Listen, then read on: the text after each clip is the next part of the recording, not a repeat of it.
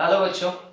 तो अपन न्यूमेरिकल कर रहे हैं। मैंने आपको जो अभी वीडियो अपलोड किया है, उम्मीद करता हूँ वो तरीका आपको थोड़ा सही लगेगा। मैंने आपको एक क्वेश्चन बीच में छुड़ा दिया था। मैं बोला था कि इसके कॉन्सेप्ट समझेंगे।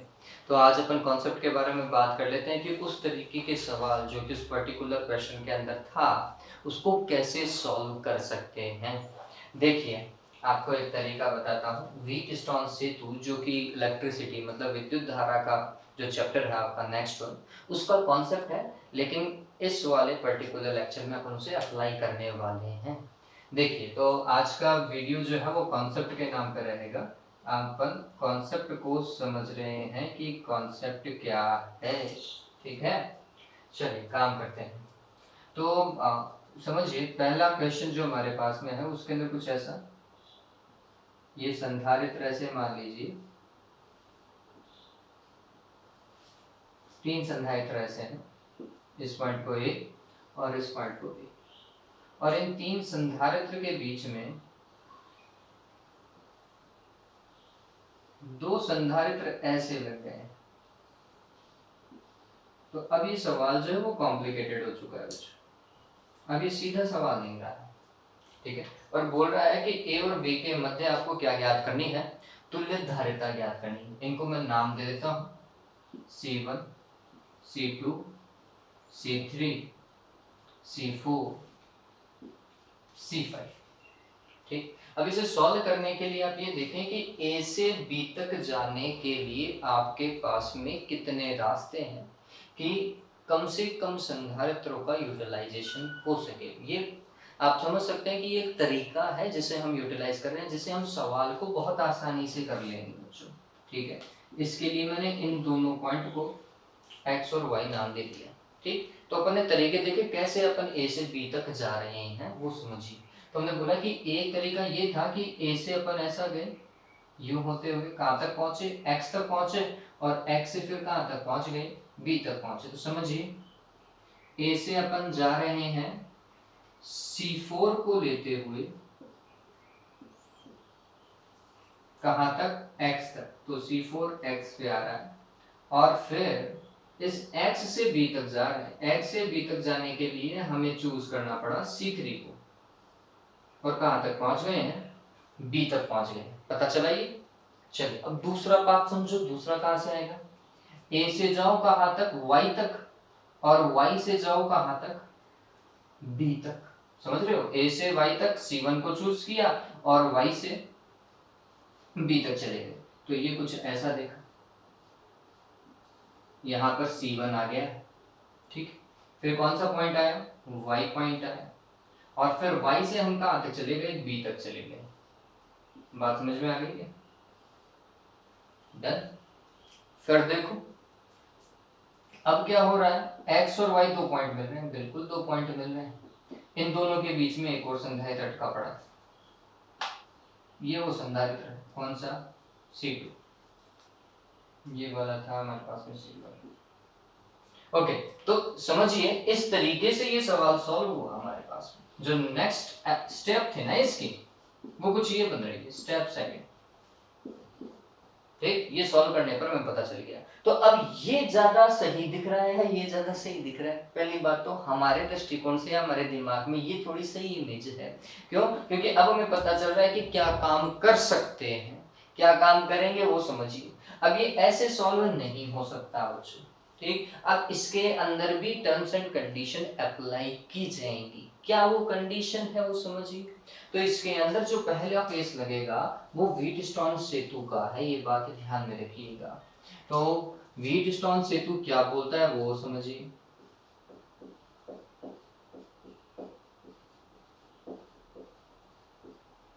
व्हीटस्टोन सेतु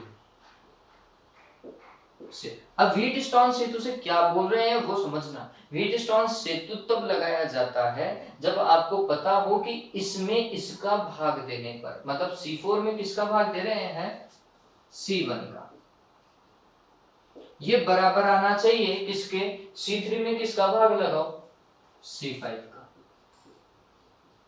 अगर ये दोनों अनुपात बराबर है तो हम बोलेंगे कि यह एक प्रकार का व्हीटस्टोन सेतु है। और इसे सॉल्व करते समय हम इसको नेग्लिजिबल मतलब इसको हटा सकते हैं। क्यों हटा सकते हैं? क्योंकि वो बताता है कि ये स्थिति तभी पैदा होगी जब x और y पर विभव का मान क्या होगा? समान होगा। ये बात ध्यान में रखना, इन दोनों पर विभव का मान मतलब Vx बराबर Vy होगा, ये ध्यान में रखिएगा। चलिए ये कंडीशन कैसे आती है वो अपन बाद में पढ़ेंगे, लेकिन अभी सवाल को सॉल्व करने के दृष्टिकोण से अपन को ये चीज दिमाग में रखनी पड़ेगी कि अगर ऐसा कुछ हो जाता है, इसमें इसका भाग लगाने पर और इसमें इसका भाग लगाने पर दोनों अनुपात अगर बराबर आते हैं तो हम बोलते हैं ये व्हीटस्टोन सेतु की संतुलन की अवस्था है। ये किसका प्रतिबद्ध है? ये संतुलन की अवस्था का प्रतिबद्ध है, संतुलन की अवस्था है। और अगर ये संतुलन की अवस्था है बच्चों तो फिर आप नेक्स्ट स्टेप में C2 को हटा सकते हो, इसका कोई लेना देना नहीं। ये कोई जरूरी नहीं कि आप हमेशा ऐसे ही करें, आप ऐसे भी कर सकते हैं। C4 में C3 का भाग लगाओ, वो बराबर होना चाहिए C1 में किसके भाग लगाने के? C5 के। देखो इसको इंटरचेंज करके मैं लिख सकता हूँ, C4 में भाग लगाया मैंने C3 का, तो C1 तो चला जाएगा क्या? तो ये भी संतुलन की अवस्था का ही प्रतिबद्ध है, ये बात ध्यान में रखिएगा। ठीक है, तो या तो ऐसा हो या फिर ऐसा हो, बात तो एक ही आएगी। ठीक, तो इस केस के अंदर आपका जो सॉल्व करने का मेथड है वो कैसा होगा? तुमने बोला स्टेप थर्ड फॉलो होगी उसमें। स्टेप थर्ड को अगर मैं फॉलो करता हूं तो अब मेरे को सिर्फ और सिर्फ 2 ही संधारित्र ऊपर लगाने हैं और 2 संधारित्र कहाँ लगाने हैं? नीचे लगाने। 2 संधारित्र ऊपर लगा दिए, 2 संधारित्र नीचे। ऊपर कौन कौन सा? C4 और C3, नीचे कौन सा? C1 और C5। ठीक है, बीच वाले को संधारित्र को लगाने की आवश्यकता नहीं है। अब मेरे हिसाब से ये सॉल्व कर सकते हैं। आपको याद होगा एक अपने ऑब्जेक्टिव सवाल ऐसा ही सॉल्व किया नहीं क्या? तो ये तो आसानी से सॉल्व हो जाएगा, हमें पता है। ठीक है, तो उम्मीद करता हूँ कि आपको पैटर्न पता चल गया होगा। ठीक है, चलिए एक कॉन्सेप्ट, ये एक तरीके का सवाल ये जिसके अंदर हम बीच वाले को कुल मिलाकर के ये वाला जो बीच में अटक जाता है ना, ये वाला संधारित्र गायब ही हो जाता है। ठीक है, चलिए तो ये पहला कॉन्सेप्ट था हमारे पास में। अब दूसरा कॉन्सेप्ट, एक मिनट, दूसरा कॉन्सेप्ट देखें। दूसरे कॉन्सेप्ट के अंदर क्या होगा बच्चों? दूसरे के अंदर अगर यहां पर संधारित्र ही ना लगे हुए हो लेकिन तार है, शॉर्ट वायर है, ओपन सर्किट नहीं है, ऐसा अगर ऐसा हो जाए तो वापस से मैं आपको बोलूंगा आप वही पाथ चूज कीजिए जो सबसे ज्यादा सही पाथ लगे। मतलब सही का मतलब कहने का मतलब शॉर्टेस्ट पाथ आप देख सकते हैं एक तरीके से। तो हमने बोला ए से लेकर कहां तक जाना है? बी तक जाना है। तरीके देखो जिनके अंदर मिनिमम से मिनिमम संधारित्र आ सके। तो हमने बोला कि ए से गए एक्स तक कोई संधारित्र नहीं आया, फिर एक्स से चले गए बी पर, एक ही संधारित्र आएगा, कौन सा? C3। ठीक है, ए से कहां पर गए? एक्स पर, कोई संधारित्र नहीं आया, मतलब एक्स यहाँ पर था। ठीक है, तो मतलब एक्स और ए एक ही पॉइंट हो गया, चाहे एक्स लिखो चाहे ए लिखो, एक ही पॉइंट हो गया ना। चलिए, और फिर एक्स से कहां पर चले गए हैं? बी पर चले गए हैं। तो मैं ये कह सकता हूं कि एक्स पॉइंट जो है वो वास्तविकता में ए पॉइंट ही था और कुछ नहीं। चलिए, फिर इसके बाद में देखो ए से जाओ वाई पर, एक संधारित्र आ गया है, तो अब इस वाले बात को मत फॉलो करो, यूं चले जाओ, चले गए ना बी पर। तो हमने ये भी देखा कि ए से गए कहां पर? वाई पर चले गए हैं, ए से वाई पर गए, तो ये वाई मान लूंगा। ठीक है, सॉरी वाई आ C1 आ गया ना, ए और वाई के बीच में C1 है। ठीक है, और फिर y से कहां पर चले गए? b पर, तो इन दोनों के बीच में तो कोई भी नहीं है, ये लो भाई। ठीक है, कोई नहीं। अब बोल रहा है x और y के बीच में, तो x वास्तविकता में है क्या? a ही है, और y वास्तविकता में है क्या? b है, तो कुल मिलाकर के a और b के बीच में एक संधारित्र है। ऐसा ही है, ये C2 था। या फिर आप ऐसे देख सकते थे, यूं गए कोई आया नहीं, फिर यहां से ऐसे आए और ऐसे चले गए। ठीक है, तो आपको 3 पाथ मिले। एक पाथ के अंदर C3 आया, दूसरे पाथ में C2 आया और तीसरे पाथ में C1 आ गया। समझ में आ गया? अब ये तीनों के तीनों कौन से क्रम में दिखाई दे रहे हैं आपको? कौन सा क्रम है? समांतर क्रम, C1 + C2 + C3 तुल्य धारिता, केस खत्म। ठीक है, समझ में आ गया ये? और ऐसा सवाल मिलेगा और बहुत सिंपल से सवाल है बच्चों। ठीक है, चलिए तो शॉर्टेस्ट पाथ को चूज करो, वही धारिता हो जाएगी अपनी। Okay done. अब इसके बाद में क्वेश्चन देख लेते हैं बच्चों। वो उदाहरण क्या, वो ऑब्जेक्टिव क्वेश्चन जो मैंने छोड़ा था वो आपको दिख जाएगा सामने बोर्ड के ऊपर। वो क्वेश्चन देखिए, वो क्वेश्चन है क्या।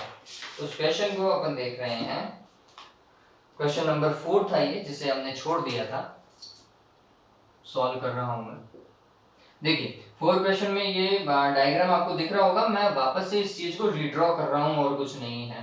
तो ये कुछ ऐसा था कि 1 2 3 4, इसमें 4 संधारित्र है। फिर कुछ ऐसा बना रखा है डायग्राम।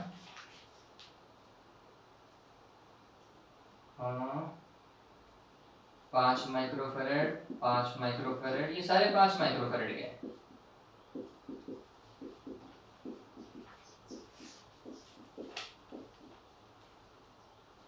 और ये भी इधर भी देखो, ए से लेकर बी तक जाना है, लेकिन आपको पता हो तो ये वाला तो सर्किट था ही नहीं अपने पास में, बी वाला तो था ही नहीं। ये एक एक्स्ट्रा जोड़ दिया है और मैंने ना थोड़ा सा कॉम्प्लिकेट बनाने की कोशिश करी, लेकिन अगलों को थोड़ी पता है कि अपन तो पहले ही समझ चुके हैं इस चीज को। क्या करेंगे, तो यहाँ पर ये जो बी है इसको तो ऐसे रहने दो, यहाँ पर पॉइंट बना दो सी, नहीं सी तो रहने दो, संधारित्र हो जाएगा। इसको बोल देते हैं, मैं बोल देता हूँ जेड, ये पॉइंट है। तो A से लेकर Z तक एक बार सॉल्व करो, जो कि अपन कर सकते हैं, फिर Z से लेकर B तक बाद में देख लेंगे। तो हमने बोला कि इसको सॉल्व करने के लिए हमने देखा A से लेकर Z तक कैसे जा सकते हैं, तो हमने बोला ऐसा, इसको X और इसको Y बोल रहा हूं। तो A से गए X पर और X से गए Z पर। A से गए X पर 5 माइक्रोफैरेड आ गया क्या, A से गए X, ठीक है। और फिर X से गए किस पर, Z पर, वापस से 5 माइक्रोफैरेड दिख रहा है क्या, X से Z, ठीक है। दूसरा देखो, A से जा रहे हैं Y पर और Y से जा रहे हैं Z पर, वापस से 5 ही आ रहे हैं। A से गए Y पर और Y से गए Z पर, वापस से 5 माइक्रोफैरेड इधर है, 5 माइक्रोफैरेड इधर है, ठीक है। और फिर इधर देखो, Z से B तक जाने पर ये वापस से 5 माइक्रोफैरेड। X और Y के बीच में एक और 5 माइक्रोफैरेड लगा हुआ है। आपको क्या देखना था, मैंने बोला था कि इसमें इसका भाग लगाओ और इसमें इसका भाग लगाओ। अगर ये दोनों अनुपात समान है तो कौन सी स्थिति है, व्हीटस्टोन सेतु की स्थिति है। तो हमने बोला कि उपरोक्त या दिया गया प्रश्न, समझिए सवाल सॉल्व किस तरीके से करेंगे, हम बोलेंगे दिया गया प्रश्न व्हीटस्टोन सेतु की संतुलन की अवस्था पर आधारित है,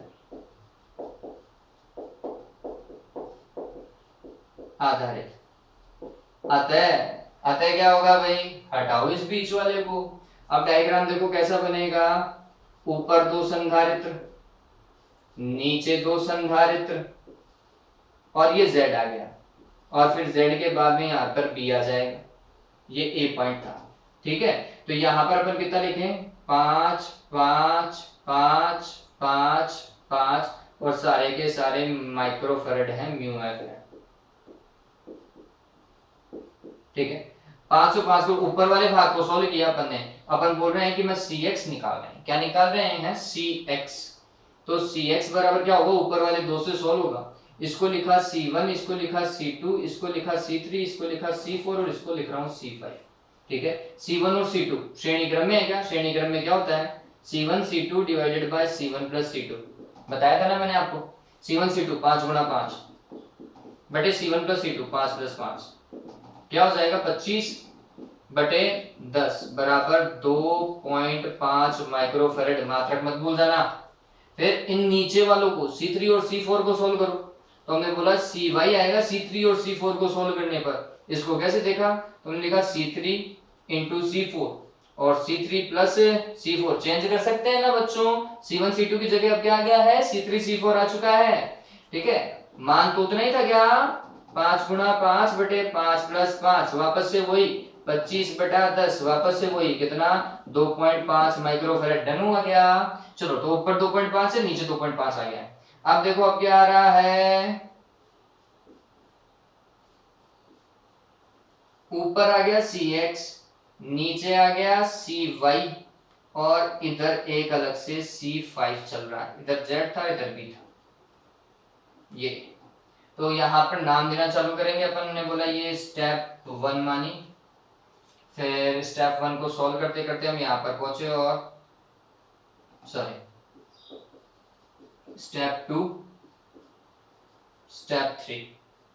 ठीक है, अब देखो Cx और Cy कौन से क्रम में है, समांतर क्रम में। समांतर क्रम में तुल्यता रेखा क्या होती है, आंसर है जुड़ जाती है। तो हमने बोला इन दोनों को सोल्व करने पर Cz लिख दिया। तो यहाँ पर डायग्राम के बगल में Cz बराबर क्या होगा, तो ये लिखना है Cx प्लस Cy। Cx और Cy यहाँ पर मान लिखे हुए 2.5 प्लस 2.5 कितना होता है बच्चों, 2.5 प्लस 2.5 कितना हो जाएगा 5 माइक्रोफैराड।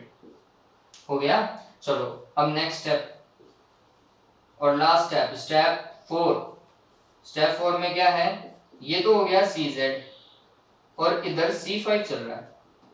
ठीक है, और यहाँ पर है B और यहाँ पर है A। अब बताओ कौन से क्रम में दिख रहे हैं, इन दोनों की जगह देखो A और Z की जगह, A और Z के बीच में इन दोनों को सॉल्व किया।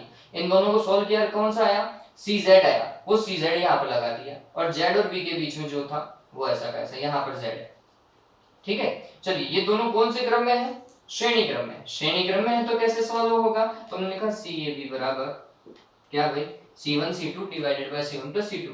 C1 की जगह क्या है Cz और C2 की जगह C5 divided by Cz plus C5। करो भाई, ये भी 5 था, हाँ 5 ही था, और C5 कितना है तो देखो 5 ही है। ठीक है, तो ये भी 5 और ये भी 5 है, तो वो बस वो का वही आ गया क्या, 5 गुणा 5 बटे 5 प्लस 5। कितना सॉल्व किया था, 2.5 सॉल्व किया था क्या, 2.5 माइक्रोफैराड। पता चल रहा है क्या देवताओं, हाँ कितना आएगा 2.5 माइक्रोफैराड आएगा बच्चों। तो ऑप्शन जो है वो बी आएगा। ठीक है, उम्मीद करता हूँ ये समझ में आ गया होगा आपको। चलिए अब आज का सबसे बढ़िया और बेहतर सवाल, मतलब इस तरीके का सवाल अपन प्रतिरोधों में भी सॉल्व करेंगे। ये आपकी किताब का उदाहरण है और मैं कह रहा हूँ कि आरबीएससी जो है ना वो अपन को मतलब बोल रही है कि इस बार तो आईआईटी क्लियर करवा के रहेंगे। आईआईटी और नीट तो आपकी क्लियर होके रहेगी ऐसा बोल रही है ना। खुद ही आरबीएससी खुद बोल रहे हैं कि बच्चों का ऐसा बना देंगे कि बच्चों को और कहीं से तैयारी करने की जरूरत ही नहीं पड़ेगी, बस हमारी किताब पढ़ो डायरेक्ट एग्जाम में बैठ जाओ।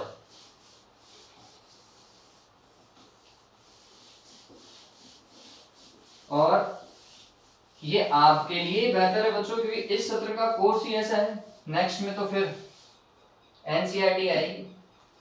चलिए तो सॉल्व करते हैं। ये अनंत पदों के संधारित्र का क्वेश्चन है और सवाल को मैं यहीं पे ड्रॉ करता हूं, आपको सामने देखने को नहीं मिलेगा ये सवाल। देखिए ये सवाल क्या है, ये कुछ ऐसा है।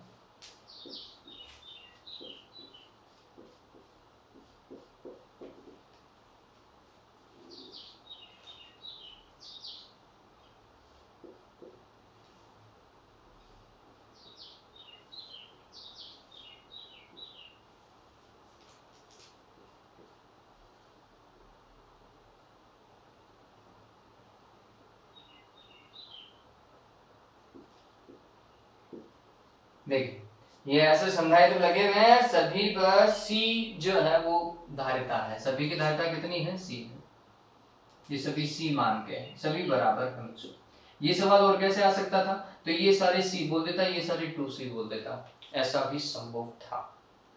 चलिए अगर आप इस पैटर्न को समझेंगे तो ये पैटर्न कैसा है, तो हमने बोला कि ये एक जो चीज है ना वो रिपीट होती जा रही है ऐसी, हर बार ये रिपीट हो रही है। ठीक है, गौर कर रहे हो आप, हर बार अब आगे भी आएगा तो ऐसे ही आएगा, ये एक और C लग जाएगा और इधर एक C आ जाएगा। तो ये इसी तरीके से ये रामायण आगे की ओर चल रही है जिस तरीके से हमें क्वेश्चन दिया गया। तो हमने बोला कि अगर इस चीज को हम तरीके से समझ पा रहे हैं, है ना, इस चीज को अगर मैं डायग्राम में देखता हूँ, यही दिखता है, ठीक, तो हम जब इस चीज को तरीके से समझ पा रहे हैं तो ये पता चलता है कि अनंत संधारित्र जो है वो दिए गए चित्र के अनुसार संयोजित है, ठीक है। और इन अनंत संधारित्रों के अंदर अगर मैं ये दो संधारित्र वाला ब्लॉक हटा दूंगा तो भी इसकी धारिता पर कोई प्रभाव नहीं पड़ेगा। ये कुछ ऐसा है बच्चों कि समुद्र है, समुद्र में से लोटा पानी निकाल लोगे तो समुद्र की गहराई पर कोई प्रभाव नहीं पड़ने वाला। सेम कॉन्सेप्ट को यहाँ अप्लाई करो कि अगर उनमें से दो संधारित्र हटा भी लिए तो उसकी धारिता पर ज्यादा प्रभाव पड़ने वाला नहीं है, ठीक है। ऐसा कॉन्सेप्ट से हमने काम किया। तो हमने बोला कि ये रिपीटेशन में चल रहा है ये ब्लॉक, ठीक है। ये ब्लॉक अगर रिपीटेशन में चल रहा है तो हमने बोला कि अगर ये पॉइंट P हो और ये पॉइंट Q हो तो P से लेकर Q तक आप इस चीज को भूल जाओ, जो मेरे हाथ से डग गया ना इस चीज को भूल जाओ। और फिर देखो ये भी तो अनंत वाली सीरीज है ना, तो जो इसकी धारिता होगी वही AB वाली सीरीज की धारिता होगी। क्यों? क्योंकि AB वाली सीरीज भी अनंत पदों की थी और ये P और Q वाली जो सीरीज दिख रही है ये भी क्या है, अनंत पदों की, ठीक है। तो हमने बोला कि दिए गए चित्र से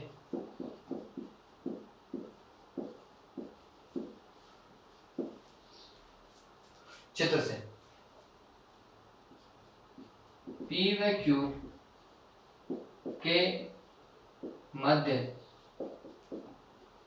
लगे संधारित्र भी अनंत श्रेणी को ही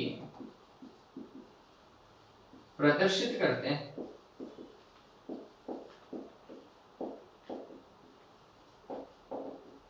अतः A और B के मध्य जो धारिता है ये भी अनंत श्रेणी की थी क्योंकि सवाल में दे रखा है, वो किसके बराबर होगी, P और Q के मध्य वाले जो संधारित्र लगे हुए हैं ना इनकी धारिता के बराबर होगी। और ये कितनी मान ली अपन ने, x, और यही x क्या है बच्चों, क्वेश्चन मार्क है। मतलब अपन को A और B के बीच में तुल्य धारिता ज्ञात करनी थी। क्वेश्चन क्या है, आपको A और B के बीच में तुल्य धारिता ज्ञात करनी है। तो हमने उसके लिए पैटर्न बनाया कि P और Q के बीच में भी जो संधारित्र लगे हुए हैं वो भी अनंत पदों वाले पे ही है, इसलिए उनकी धारिता भी देखा जाए तो उतनी होगी जितनी A और B के मध्य संधारित्र लगे हुए हैं उनकी धारिता होगी, तुल्य धारिता होगी। तो कुल मिलाकर के ये दोनों मान समान है, कितना है x, यही कैलकुलेट करना है। तो अब देखो ये P और Q के मध्य जितने भी संधारित्र हैं उनकी तुल्य धारिता कितनी हो गई, x हो गई। सॉल्व हो गया क्या, तो हटाओ इसको और इनकी जगह क्या रख देंगे, x संधारित्र रख देंगे, ठीक है। तो हमने बोला कि अब ये डायग्राम कुछ ऐसा देखा जाएगा, ये A, ये B, इधर C है, इधर C है, और इधर पॉइंट P था, इधर पॉइंट Q था। इन दोनों के इधर जितने भी संधारित्र लगे हुए थे उनको सोल्व किया और एक नया संधारित्र बना दिया जिसकी धारिता कितनी है, x है।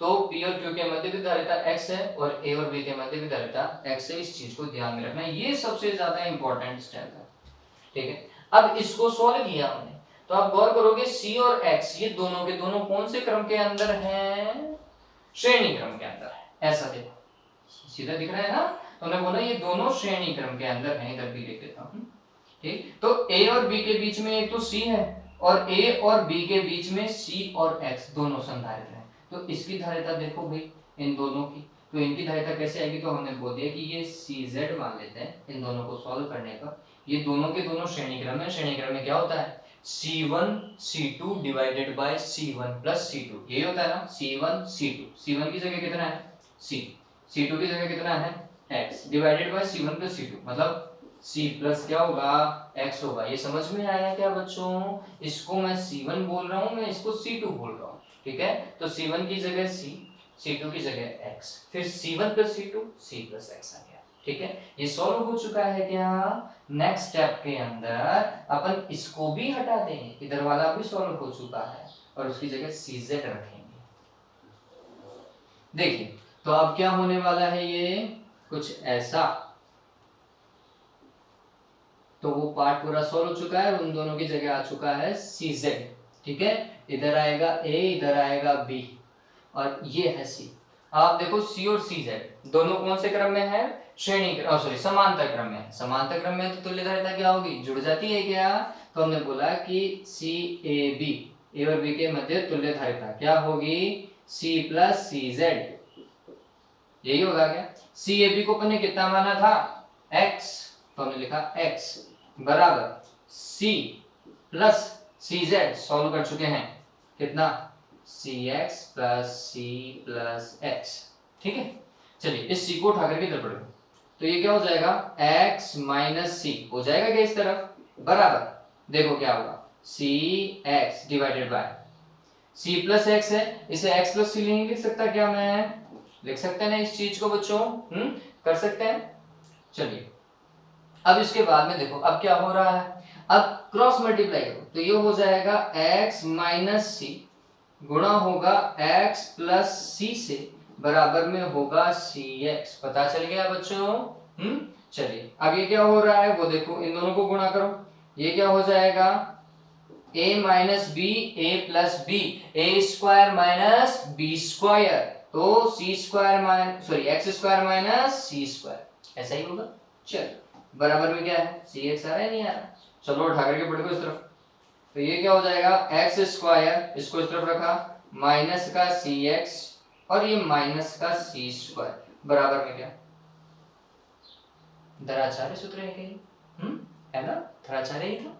चलिए अगर ये धराचार्य सूत्र है तो फिर फॉर्मूला तो पता होना चाहिए, धराचार्य सूत्र का फॉर्मूला क्या था, चलो साइड में लिखते हैं, उससे अपन देखिए पहले तो धराचार्य सूत्र क्यों यूज कर रहे हैं, क्योंकि हमें पता है कि ये एक कैसी है, क्वाड्रेटिक इक्वेशन है, द्विघात समीकरण है। चलिए द्विघात समीकरण कैसे लिखा जाता है, ax square plus B X plus C बराबर क्या, 0, ये द्विघात समीकरण है, ठीक है, जिसे सॉल्व करने के लिए हम किसका उपयोग करते हैं, धराचार्य सूत्र का उपयोग करते हैं। धराचार्य सूत्र क्या होता है, x बराबर जिसे ज्ञात करना होता है ना, माइनस का b plus minus under root B square minus 4ac divided by क्या, 2a, ठीक है। तो हमने बोला कि इस सूत्र का उपयोग करना पड़ेगा इसको सॉल्व करने के लिए। चलो भाई काम करो, इसको सॉल्व करो, तो यहां पर मैच किया, ए एक्स स्क्वायर एक्स स्क्वायर की जगह एक्स स्क्वायर आ रहा है, तो ए की जगह यहां पर क्या है, तो मैं बोलूंगा एक रखने वाला, प्लस बी एक्स, एक्स तो है लेकिन बी की जगह क्या है, माइनस का सी, और फिर c क्या था, नियतांक पद, नियतांक पद की जगह क्या है, माइनस का सी स्क्वायर, ऐसा, ठीक। तो जब आप सिर्फ धराचार्य सूत्र को उपयोग करेंगे तो आप बोलोगे x बराबर होगा माइनस का b मतलब माइनस का c plus minus under root B square minus 4ac, B square कहाँ है, माइनस के c का स्क्वायर माइनस 4, a की जगह 1 और c की जगह माइनस का c square divided bye 2a, 2 और a की जगह कितना रखेंगे, 1 रखेंगे क्या, सॉल्व करो बस, सॉल्व की देरी है, इसको इससे गुणा करेंगे प्लस आ जाएगा क्या, तो ये c प्लस का plus minus under root minus के c का स्क्वायर c स्क्वायर ही होता है क्या बच्चों, फिर माइनस का ये प्लस हो जाएगा, तो ये हो गया 4 और कितना c स्क्वायर डिवाइडेड बाय 2, चल c square plus 4c square 5c square हो जाएगा, है ना, तो ये 5c स्क्वायर लिख देंगे, तो ओके, तो इसकी जगह चलो यहाँ पे ही लिख देता हूं मैं, इसकी जगह लिखा जाएगा ये c plus minus under root 5c square divided by 2। अब थोड़ा सोचो बच्चों, क्या धारिता ऋणात्मक संभव है, नहीं बच्चों, किसी भी चालक की धारिता ऋणात्मक नहीं होती है, धारिता कभी नेगेटिव में आती ही नहीं, तो फिर क्या ये माइनस का चिन्ह उपयोग में लिया जाना चाहिए, तो आंसर है नहीं। सिर्फ धराचार्य सूत्र में जो हमें दो मूल मिलते हैं ना, दो में से हम एक ही मूल का उपयोग करेंगे, वो भी कौन से वाले का, यहाँ पर प्लस वाले का, क्यों, क्योंकि धारिता कभी ऋणात्मक नहीं होती है। अब ये 5c स्क्वायर है, तो 5c स्क्वायर तो मैंने माइनस हटा दिया बच्चों, तो ये c स्क्वायर को बाहर निकालो, c आ जाएगा क्या, चलिए तो इसको सॉल्व जब हम करते हैं, इसे देखिए मैं यहाँ पर सॉल्व कर दे रहा हूं, तो ये c प्लस c को कॉमन लिया, सॉरी कॉमन नहीं, अंडर रूट से बाहर निकाला, अंदर से 5 बच जाएगा और नीचे कितना आ रहा है 2। ये c इक्विवेलेंट होगा या c a b होगा जो हमें निकालना था। c को क्या लिया कॉमन, यहाँ पे बच जाएगा 1, यहाँ पे बच जाएगा √5 बटा क्या 2। यही किसका मान है x, और x किसके बराबर था CAB के बराबर था। ठीक है, इस तरीके से इसे सॉल्व करेंगे। 1 से 2 बार निकालोगे तो वैसे समझ में आ जाएगा, क्योंकि ये दिखता ही खतरनाक है, सवाल है नहीं इतना। ठीक है, इस तरीके का हम प्रतिरोध में भी सॉल्व करने वाले हैं बच्चों। चलिए, तो उम्मीद करता हूँ आपको ये समझ में आया होगा। नेक्स्ट क्वेश्चन में नेक्स्ट क्लास करते हैं, ठीक है। और जिन्होंने अभी तक सब्सक्राइब नहीं किया ना, चलो जल्दी से सब्सक्राइब कर दो बच्चों, वीडियो को लाइक करो और शेयर करो। Have a good day.